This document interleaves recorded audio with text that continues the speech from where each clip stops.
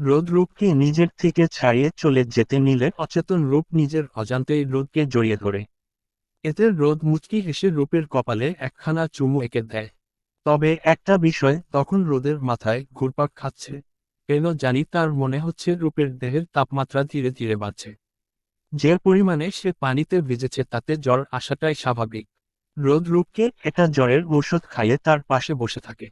Lamp এর মিষ্টি আলোয় চেয়ে গেছে রূপের সম্পূর্ণ মুখ। রোদ একদৃষ্টিতে তার দিকে তাকিয়ে আনমনে বলে, ভাগ্য ভালো যে তোকে পেয়েছি, নয়তো ওসব ডাবল টাইমিং করা মেয়েদের স্পর্শ গায়ে লাগতো। ব্যাপারটা ভালো হতো না। তুই আমার পবিত্রতা, তবে ছুঁয়ে আমার অবিশুদ্ধ মনটা পবিত্র হয়। কালকে একটু কঠোর হতে হবে আমায় রূপ, নয়তো তুই আমার শাসন মানবি না। আমি চাই না তোকে অন্য কেউ দেখুক। তুই শুধু আমার চোখের সামনেই থাকবি। ভোরের আলো ফুটলে পৃথিবী এক নতুন দিনের সাক্ষী হয়। পাখির কিচির মিচির শব্দে মুখরিত হয় পরিবেশ। এক সময় রূপ তার আধো আধো ঘুম থেকে জেগে ওঠে। সদ্য ঘুম ভাঙায় তার বর্তমান অবস্থান, পরিস্থিতি কিংবা সময় কিছুই বুঝে উঠতে পারে না। কিছুটা সময় অতিবাহিত হলে তার মনে পড়তে থাকে কালকের ঘটনাগুলো। রূপ নিজের দিকে তাকিয়ে দেখে তার তারা চিহ্নগোর শরীর চাদরে ঢাকা। কিন্তু এ কি করে হতে পারে? সে তো বাথরুমের মেঝেতে বসেছিল। তবে তাকে এখানে আনলো কে? আর কে বা তার ভিজে কাপড়গুলো চেঞ্জ করলো? নিজেকে বারবার প্রশ্ন করেও যখন উত্তর মেলে না তখন রূপ ধরে নেয় সেই হয়তো এগুলো করেছে। ঘুমের ঘোরে থাকায় ঠিক মনে পড়ছে না। রূপ বিছানা থেকে উঠে এক সেট শুকনো জামা পরে নেয়। তারপর রুম থেকে বের হয়ে সোজা রান্নাঘরে চলে যায়। রুমানা রূপকে দেখতে পেয়ে বলে, দিনে দিনে বড় বালদর হচ্ছিস তুই, কাল রাতে না খেয়ে ঘুমিয়ে পড়লি। বলি, আমার কি চিন্তা হয় না? মা হয়েছি তো, তাই আমার তো জ্বালা। এখন চুপচাপ খেয়ে আমাকে উদ্ধার কর। রূপ কিছু বলে না। মাথা নিচু করে রুমানার কথাগুলো গিলে খাবার টেবিলে বসে খাবার খেতে থাকে। কেন জানি তার কথা বলতে ইচ্ছা করছে না, হয়তো মনের সব কথা ফুরিয়ে গেছে তার। রূপের এমন নিশ্চুপ অবস্থা ঠিকই রুমানার চোখে পড়ে। তিনি একটা চেয়ার টন দিয়ে তাতে বসে ভালো করে দেখতে থাকে রূপকে। চোখ নিচু করে খাচ্ছে সে। রুমানার মনে একটা ভয়ও কাজ করতে থাকে। রূপ তাকাতো আমার দিকে। রূপ চায় না, শুধু দাঁত আর জিহ্বা নাড়িয়ে মুখের খাবারগুলো গিলে। রুমানা এবার নড়েচড়ে বসে। রূপের গালে হাত দিয়ে তাকে নিজের দিকে তাকাতে বাধ্য করে। চোখগুলো ফোলা কেন? কেঁদেছিস নিশ্চয়ই। না কাঁদিনি, অ্যালার্জি হয়েছে। রূপ, তুই এখন আমার সাথে তারা চিহ্ন থা বলাও শিখে গেছিস। আমি কি এতটুকুও বুঝি না কোনটা অ্যালার্জি আর কোনটা কান্না? ছাড়ো আমায়। একদিন কাঁদলে কেউ মারা যায় না। এমনিতেও মরণ আমার কপালে নেই। রুমানা বুঝতে পারে রূপের মনটা ভালো নেই। তাই এখন বকলে হিতে বিপরীত হতে পারে। রুমানা একটু হাসির চেষ্টা করে বলে, আজকে তো বাসায় মেহমান আসবে। যা গিয়ে তৈরি হয়ে নে। ওরা এসে পড়ল বলে। রূপ অভিমা তারা চিহ্নের দৃষ্টিতে চেয়ে বলে, মেহমান আসলেই বা আমার কি? তোমার জব তারা চিহ্ন এল্লাদ ছেলেই তো বলল যে তাদের সামনে আমার যাওয়া নিষেধ। আমাকে আজ সারাটা দিন ঘরবন্দি হয়ে কাটাতে হবে। রোদের কথা ছাড়, আমি বলছি তুই বের হবি, সাজবি, ঘোরাঘুরি করবি। তাড়াতাড়ি খাওয়া শেষ করে চা তৈরি হয়ে নে। খুশিতে রূপের চোখ জলজল করে ওঠে। সত্যি বলছো মানুনি? আচ্ছা, আমি এক্ষুনি আসছি। আরে খাবারটা শেষ করে যা। রূপ রুমানার কথায় কান না দিয়ে এক দৌড়ে ওপরে উঠে যায়। সে খুশিতে এতটাই মগ্ন যে রোদ যে আসছে সেটা সে দেখতে পায় না। দুজনের জোরে ধাক্কা খায়। এতে রূপ পড়ে যেতে নিলে রোদ তার কোমর জড়িয়ে ধরে ফেলে। উটপাখির মতো এলোমেলোভাবে দৌড়াচ্ছিস কেন? আমাকে তারা চিহ্ন অর্ডার করার ধান্দা। আমি পচা মানুষ মেরে হাত বন্ধ করতে চাই না। মারলে সুদর্শন সুপুরুষকে মারব। আপনাকে তারা চিহ্ন রতে যাব কেন? কি বললি আমি সুদর্শন নই? তাহলে কি সুদর্শন? আমার স্বপ্নের পুরুষ। এই বলে রূপ আরেকটা ছুট লাগায়। রোদ এদিকে রাগে গোজগোজ করতে করতে বলে, ও কিশোরীর স্বপ্নের পুরুষও আছে। ডানা গজিয়েছে খুব, না কাটলে পাখি উড়াল দিবে। রূপ একটা পার্পেল রঙের সালোয়ার কামিজ পরেছে। চুল খোলা, ঠোঁটে হালকা লিপস্টিক, অনেক সুন্দর লাগছে তাকে।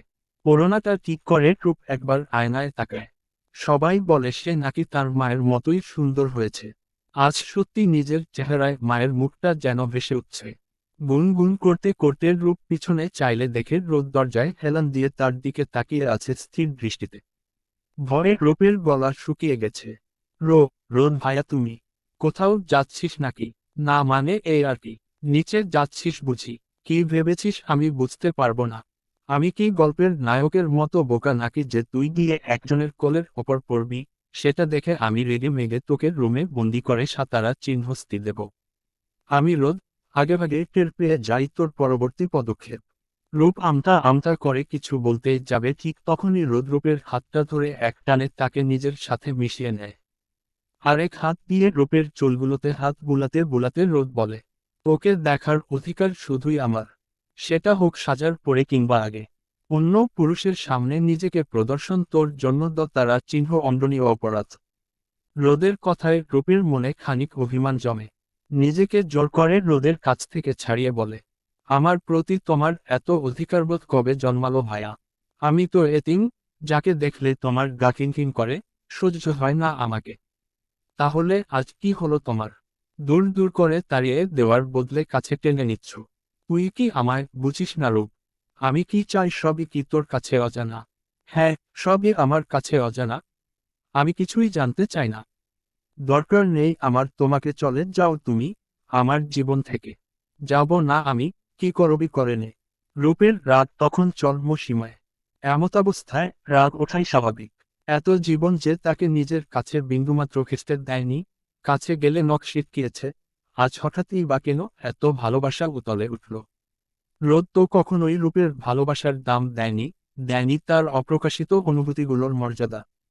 তাহলে এবার রূপ দিবে না? তার যা মন চায় সে তাই করবে। রূপ অতশত না ভেবে হনহন করে রুমের বাইরে চলে যায়। রোদের চিৎকার করে ডাকার শব্দ তার কানে গেলেও রূপ পিছন ফিরে চায় না। ক্রেতারা চিহ্নতে যেন তার চোখ অন্ধ হয়ে গেছে, তাই হয়তো জলজ্যান্ত এক মানুষকে তার সামনে থাকার পরও রূপ তাকে দেখতে পায়নি। সজোরে ধাক্কা লাগার কারণে রূপ আর অচেনা ছেলেটা মেঝেতে পড়ে যায়। ব্যথারা চিহ্ন তার চোটে রূপের ঘোর ভাঙে, ভুলটা যে তারই সেটাও সে বুঝতে পারে। তাড়াতাড়ি করে মেঝে থেকে উঠে রূপ ছেলেটার দিকে হাত বাড়িয়ে দিয়ে বলে, সরি ভাইয়া, আমি আসলে দেখতে পাইনি। ব্যথা পেয়েছেন মনে হয় অনেক। দুঃখিত, মাফ করবেন। হঠাৎই এক মায়াবী কণ্ঠ শুনে ছেলেটা রূপের দিকে তাকায়। অদ্ভুত সুন্দর মেয়ে, যার রূপ বর্ণনা করা যায়।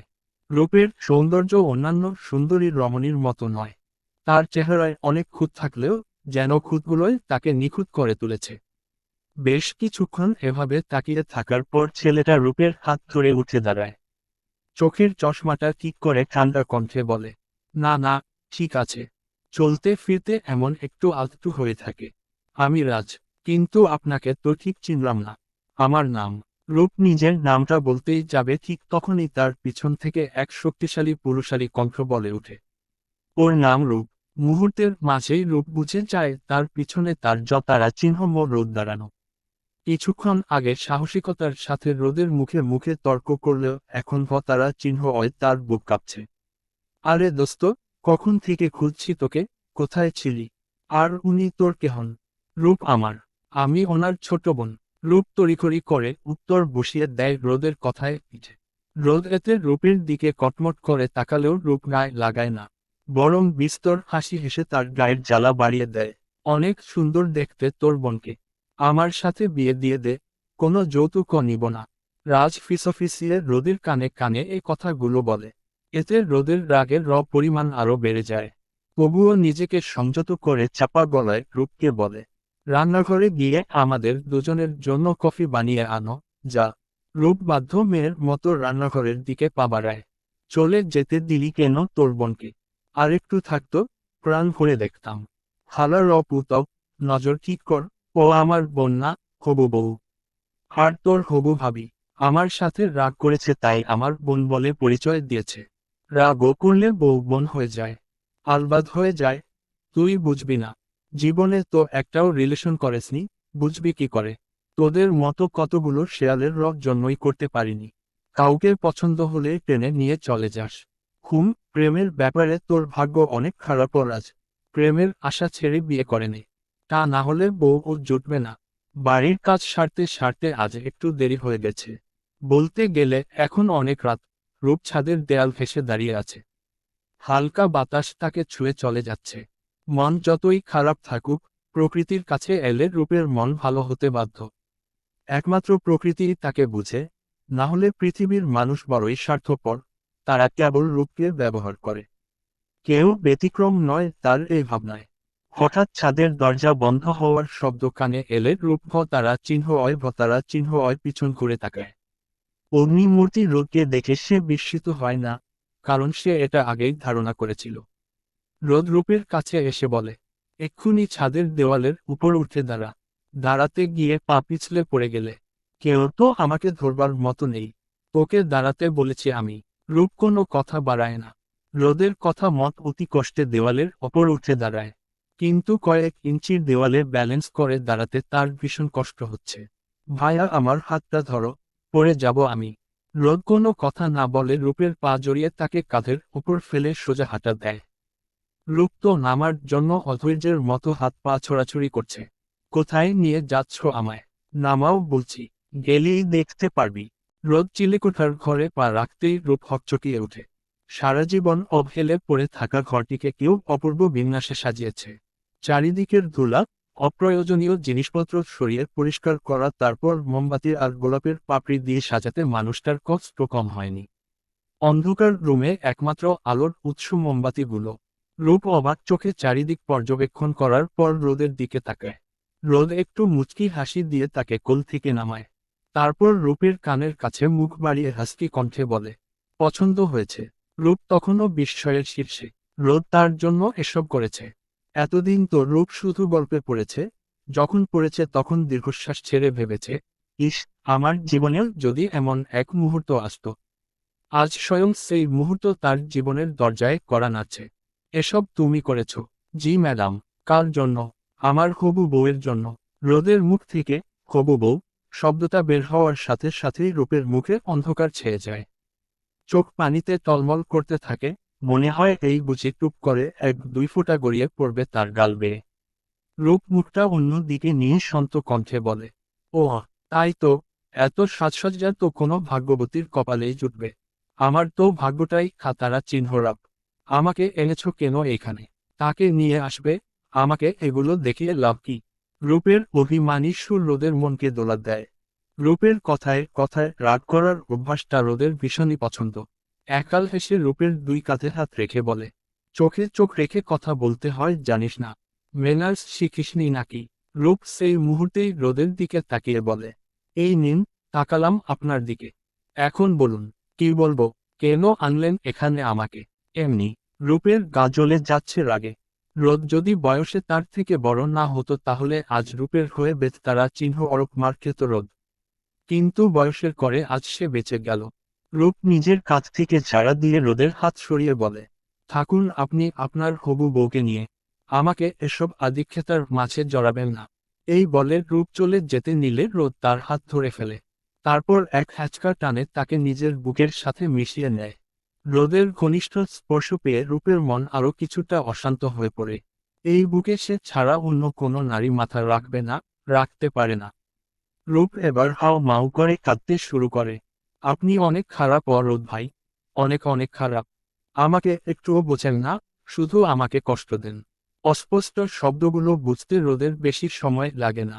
রূপকে সোজা করে দাঁড়া করিয়ে রোদ তার আঙ্গুল দিয়ে রূপের ঠোঁটের উপর চেপে ধরে।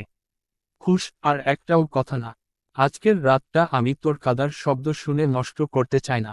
তোর ঠোঁট দিয়ে আজ শুধু আমার নাম বের হবে, আর কিছু না। মানে? রোদ তার পকেট থেকে একটা ছোট বক্স বের করে, আংটির বক্স। তারপর সেটি খুলে রূপের সামনে হাঁটু গেড়ে বসে পড়ে। আমায় বিয়ে করবি রূপ? রূপ নিজের চোখ কান কিছুকে বিশ্বাস করতে পারছে না। সে কি সত্যি দেখছে নাকি সবই মোহ? রোদ নিজে তাকে ভালোবাসার বন্ধনে আবদ্ধ করতে চাইছে। রূপ কাঁপা কণ্ঠে বলে, রোদ ভায়া। ভায়া না, শুধু রোদ। বল বিয়ে করবি? বেশি সময় নিস না, তুই না চাইলে অন্য মেয়ে খুঁজতে হবে। আফটার অল আমার বিয়ের বয়স পার হয়ে যাচ্ছে। করব, তোমাকেই বিয়ে করব। তোমাকে ছাড়া আর কাউকে বিয়ে করব না। আরে হতো তারা চিহ্ন উচ্ছারী আনরোমান্টিক মেয়ে, জড়িয়ে ধরে বলতে হয় জানিস না। তাড়াতাড়ি জড়িয়ে ধর আমায়। আর হ্যাঁ, কপালে চুমু খেতে ভুলিস না। রূপ সাথে সাথেই রোদকে জড়িয়ে ধরে চুমু খায় তার গালে। গালে না ঠোঁটে। ইস না, আমার লজ্জা করে। রূপ যা বলছি তাই কর। রূপ কিছু না ভেবে রোদের ঠোঁটে চুমু খায়, কিন্তু সরে যাওয়ার আগেই রোদ রূপের কোমর জড়িয়ে গভীর চুম্বনে ডুবে যায়। প্রায় 5 মিনিট পার হলে রোদ রূপকে ছেড়ে দেয়। দুজনেই এখন শ্বাস নিতে ব্যস্ত। রোদ খানিকটা নেশাভরা দৃষ্টিতে রূপের দিকে তাকিয়ে বলে, রূপ আমার না ইয়ে পাচ্ছে। এই ইয়েটা আবার কি? বাসর আর কি? আমরা অবিবাহিত। বিয়ের আগে কি যা তা বলছো? চল না আজ রাতেই বিয়েটা সেরে ফেলি, তারপর বাসরও। আমি নিজেকে কন্ট্রোল করতে পারছি না, কখন কোন অঘটন ঘটিয়ে ফেলি। পরে কিন্তু আমার কোনো দোষ নেই। কাজীর সামনে পাশাপাশি বসে আছে রোদ আর রূপ। রূপের হাতটা রোদ শক্ত করে ধরে রেখেছে যেন কোনো মতেই সে পালাতে না পারে। এতটা জোরে চেপে ধরায় রূপ ব্যথা পায়। সেটা কানে কানে রোদকে জানালেও সে পাত্তা দেয় না। একেবারে কাজীর বিয়ে পড়ানো শেষ হলে তবে রোদ রূপকে ছাড়ে। না হলে রূপের বিশ্বাস নেই, বিয়ের মাঝে হুট করে দাঁড়িয়ে হয়তো বলতো, রোদ ভাইয়া কাউকে না জানিয়ে আমি তোমাকে বিয়ে করব না। কাজী সাহেবদের কাছ থেকে দোয়া নিয়ে রোদ রূপকে কোলে তুলে সেখানে থেকে বের হয়ে আসে। রোদের আকস্মিক এই কাজের রূপ ভীষণই লজ্জা পায়। তার গাল দুটোর তারা চিহ্ন তোবর্ণ ধারণ করে। কোনো রকমের রোদের স্বার্থে মুখ বুজে সে খামটি মেরে রয়েছে। রাস্তার প্রায় সকলে তাদের দিকে অদ্ভুত দৃষ্টিতে তাকিয়ে আছে। এটা রূপ না দেখলেও আন্দাজ করতে তার কষ্ট হয় না। একসময় না থাকতে পেরে সে ফিসফিসিয়ে রোদকে বলে, আপনি কি আমায় নামাবেন? সকলে কেমন করে তাকাচ্ছে। কাকাক, আমি নিজের বউকে কোলে নিয়ে হাঁটছি, অন্যের বউ ভাগিয়ে আনিনি। রূপ আর কিছু বলার সুযোগ পায় না। কাজী অফিস থেকে রোদের বাড়ির দূরত্ব খুব একটা বেশি নয়, এই 10 মিনিটের রাস্তা। অতটুকু সময় রোদ দিব্যি রূপকে কোলে নিয়ে হেঁটেছে। বউয়ের ভার যদি নিতেই না পারে তাহলে এই জিম করে তৈরি করা বডির মূল্য কি? বাড়িতে ফিরতেই রূপের চোখ চড়কগাছ। সামনে রুমানা দাঁড়িয়ে আছে, মুখে হাসি। এত কিছুর পরও হাসি। সে তো ভেবেছিল রুমানা আওয়াটি তাকে দোষারোপ করবে, সকলের মতো বলবে রূপ হয়তো রোদকে তা বীজ করে নিজের জালে ফাঁসিয়েছে। রোদ রূপকে ছেড়ে দেয়। তারপর মায়ের কাছে গিয়ে বলে, মা তোমার বৌমাকে সাজিয়ে রুমে পাঠাও, আমি অপেক্ষা করছি। এই বলে রোদ নিজের ঘরের দিকে পা বাড়ায়। রূপের মধ্যে লতারা চিহ্ন যা ভয়ও দুটোই কাজ করছে। কোনোমতেই সে রুমানার চোখের দিকে তাকাতে পারছে না। হয়েছে আর লতারা চিহ্ন যা পেতে হবে না। আয় তোকে তৈরি করে দি। মামুনি, মামুনি না মা, মা বলবি আমায়। রুমানার ধমক শুনে রূপ চুপ মেরে যায়। রুমানা রোদের আনা লাল কাতান শাড়ি পরিয়ে দেয় রূপকে। তারপর নিজের হাতে তাকে সুন্দর করে সাজায়। বাহ, ভারী মিষ্টি লাগছে আমার ছেলের বউকে। আজ রাতের স্বামী যেমন চায় তেমন করেই থাকবি। আর হ্যাঁ, আমার কিন্তু বছর ঘুরতেই নাতি চাই, আগেই বলে দিলাম। রূপ লজ্জার হাসি হাসে, মুখে কিছুই বলে না। দুধের গ্লাস হাতের রূপ রোদের ঘরে প্রবেশ করতেই তার চোখ পড়ে সুঠামদেহী এক পুরুষের দিকে। খালি গায়ে ফুল ছড়ানো বিছানার ওপর বসে আছে সে। রূপকে দেখতে পেয়ে সে উঠে আসে তার দিকে। রূপের হাত থেকে দুধের গ্লাসটা কেড়ে নিয়ে এক শ্বাসে সবটা খেতে ফেলে। তুমি তো ভালোই রাতারা চিহ্নখোশ রোদ ভায়া। ভায়া বললি স্বামীকে? সরি সরি, মুখ ফুসকে বের হয়ে গেছে। রূপ জানিস বাসর রাতে কেন দুধ খেতে হয়? এই মানে এ আর কি? মানে জানিস? তাহলে দেরি কেন, বউ কাজ শুরু করি।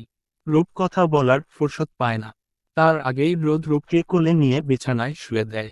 বাকিটা নিজেরা কল্পনা করে নিন। সমাপ্ত।